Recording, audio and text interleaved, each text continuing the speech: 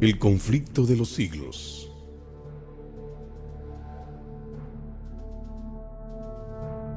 Hasta 2300 tardes y mañanas, luego el santuario será purificado. Sabe pues y entiende que desde la salida de la orden para restaurar y edificar la Jerusalén hasta el Mesías príncipe habrá 7 semanas.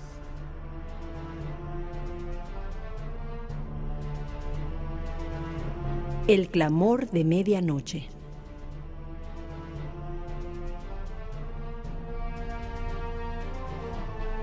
William Miller, un ex soldado devenido en agricultor, creyó que la Biblia es la palabra de Dios y decidió no leer otro libro.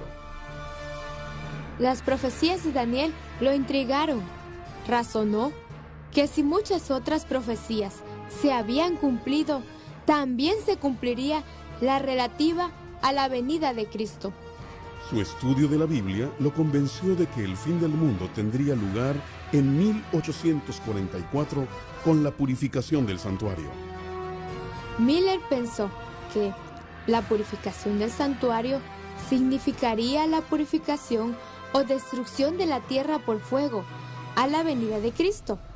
Cada vez se convencía más y más que debía contárselo a otros, pero él era solo un agricultor, ni pensar que pudiera predicar. Durante 5 años estuvo rechazando el llamado a predicar. Un sábado por la mañana, después de levantarse de sus rodillas, un sobrino le trajo un mensaje. Tío, ¿podría ir a predicar a Dresden al día siguiente? Ya que el pastor no podrá hacerlo. Sin decir una palabra, cayó de rodillas detrás del granero. ¡Oh, Dios! ¡No puedo ir! ¡Envía otro! Estuvo luchando en oración durante 1 hora, pero la respuesta era siempre la misma. Ve y cuéntalo al mundo. Con estas palabras resonando en sus oídos, Miller fue a Dresden y predicó todas las noches durante 1 semana. Y cuando regresó a su casa, lo esperaban otras invitaciones para predicar. Donde quiera que iba, la gente se convertía a Cristo. Muy pronto, estaba predicando tiempo completo en toda Nueva Inglaterra. Entonces, una noche de noviembre de 1833, millones de personas vieron la fantástica caída de las estrellas. Era un cumplimiento directo de la propia predicación de Jesús en cuanto al fin del mundo. La venida de Cristo tenía que estar cerca.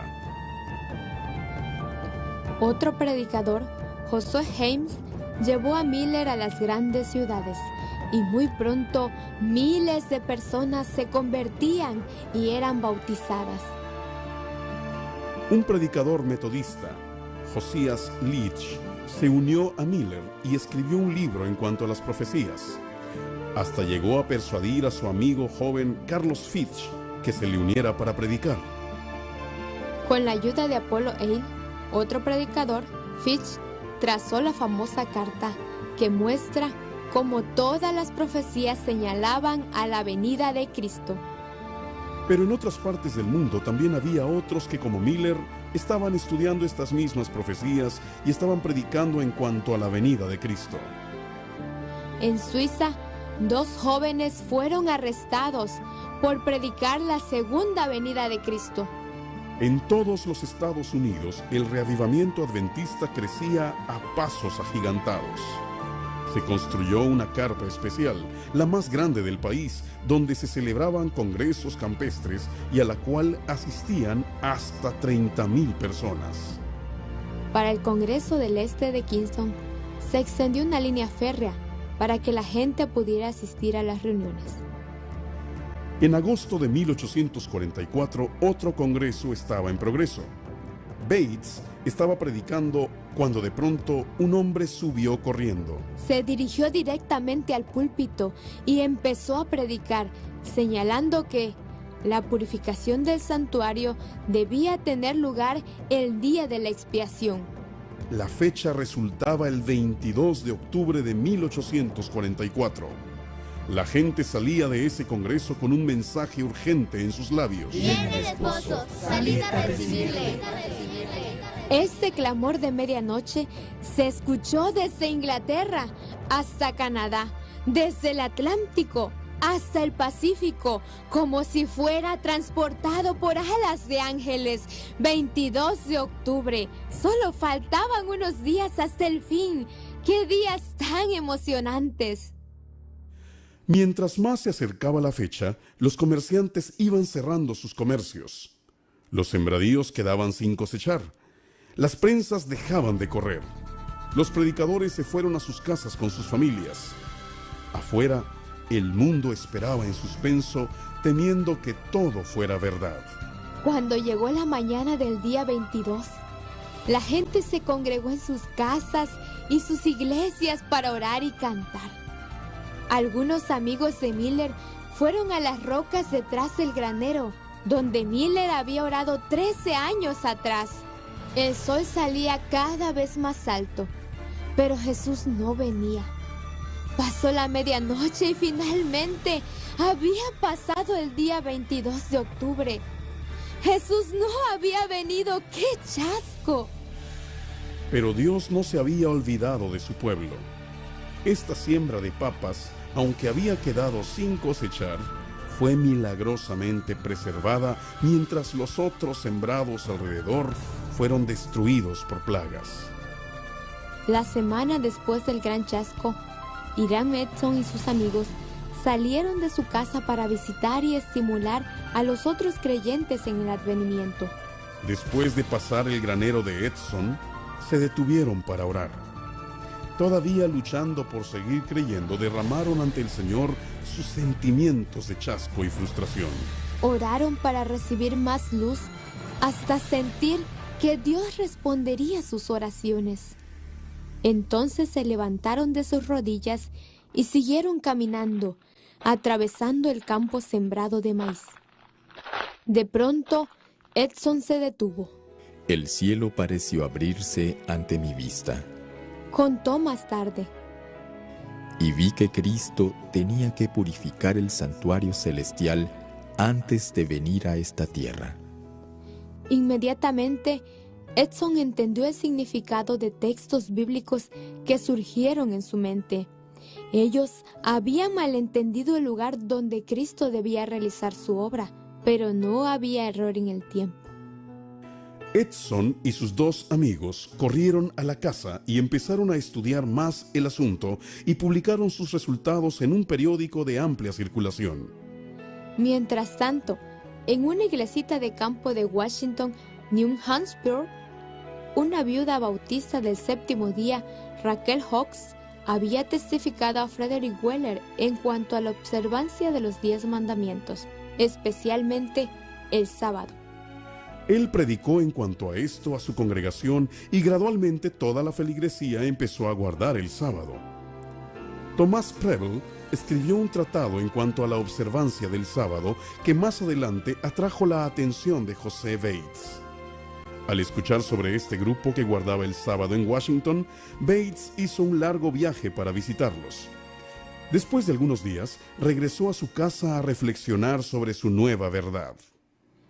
Mientras cruzaba el puente para llegar al pueblo de Fairhaven, un amigo lo llamó. ¿Qué noticias trae, Capitán Bates? A lo que Bates respondió. La noticia es que el sábado es el día del Señor. Bates escribió un libro titulado The Seven-Day Sabbath, A Perpetual Sign, traducido como El sábado como día de reposo, una señal perpetua. Este libro llegó a las manos de una pareja de recién casados, Elena y Jaime White, quienes después de mucha oración y estudio empezaron a guardar el sábado en agosto de 1846. La señora White, que de soltera se llamaba Elena Harmon, nació en esta casa del pueblo de Gorham, Maine, en 1827. Mientras todavía Elena era una niña, la familia se mudó a la ciudad de Portland y allí vivían en una casa de 2 pisos. Los niños de la familia asistían a una escuela en la calle Brackett, Un día, regresando de la escuela, Elena sufrió un accidente que cambió su vida para siempre. Cuando Elena tenía 12 años, escuchó predicar a Guillermo Miller. Ella creyó que dentro de 4 años se acabaría el mundo. Elena decidió aceptar a Cristo y a los 12 años fue bautizada por inmersión, por propia decisión, en la bahía de Portland. Cuando pasó el 22 de octubre, la familia Harmon se quedó tan chasqueada como cualquier otra familia adventista. Pero pocas semanas después, Elena estaba orando con sus amigas en la casa de Elizabeth Haynes y el Espíritu Santo vino sobre ella y ella recibió su primera visión.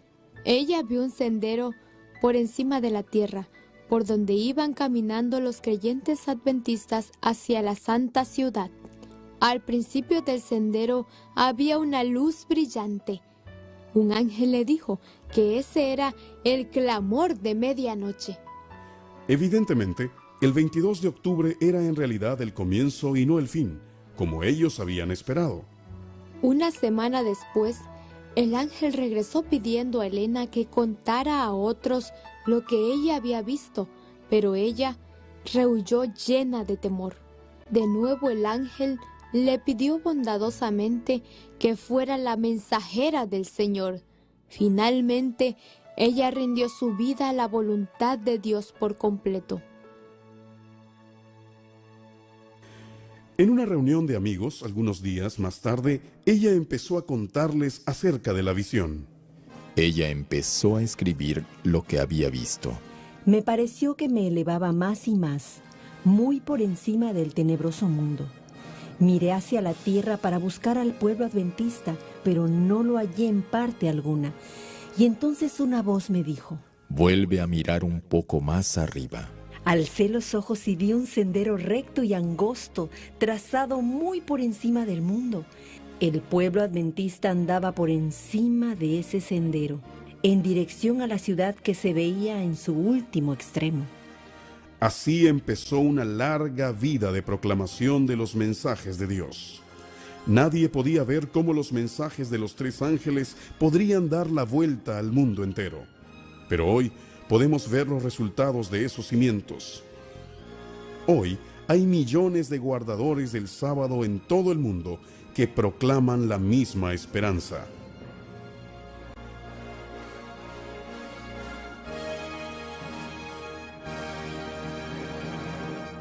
Jesús